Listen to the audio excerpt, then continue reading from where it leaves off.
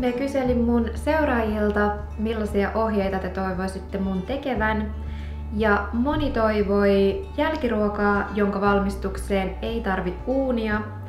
Ja mun yksi suosikki jälkiruista on just tällainen, eli pannakotta, joka valmistuu jääkaapissa hyydyttämällä. Ja tänään mä teen siitä ihanan suklaisen version teille. Tänään on vuorossa dumble-pannakotta. Ja mä aloitan tämän valmistuksen laittamalla liivatteen likoamaan.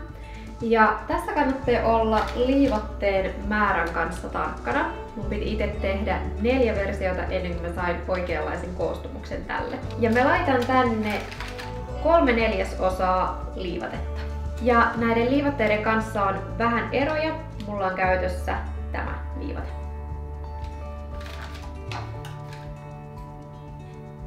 Ja mun mielestä helpoin tapa on leikata tää ensin puoliksi, sit se puolikas vielä puoliksi, ja nyt mä otan tästä 3/4 ja laitan nää kylmään veteen likoamaan.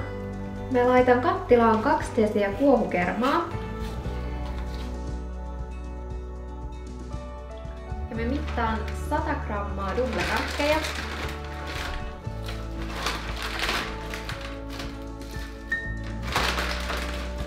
Mä laitan lieden miedolle lämmölle ja nostelen dumble-karkit tuonne sekaan.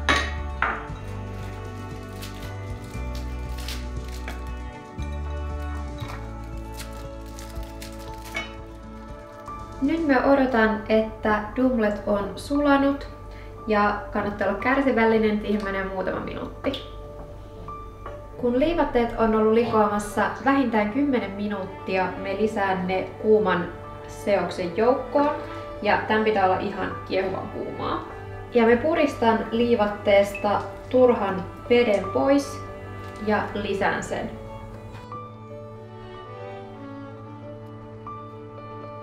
Me sekoitin liivatteen tänne joukkoon ja seuraavaksi me kaadan sen kuppeihin ja se on helpompi tehdä tämmöisen astian kautta, missä on aato.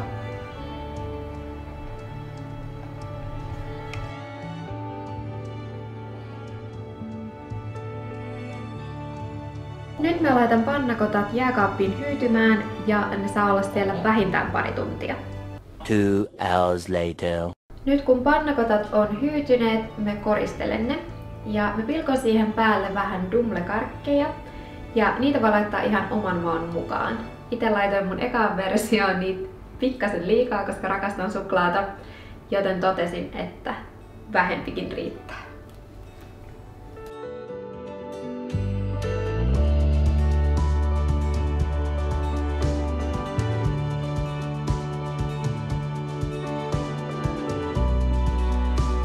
Lopuksi mä viimeistelen nämä kermavaahdolla, kinuskikastikkeella ja dumbleilla.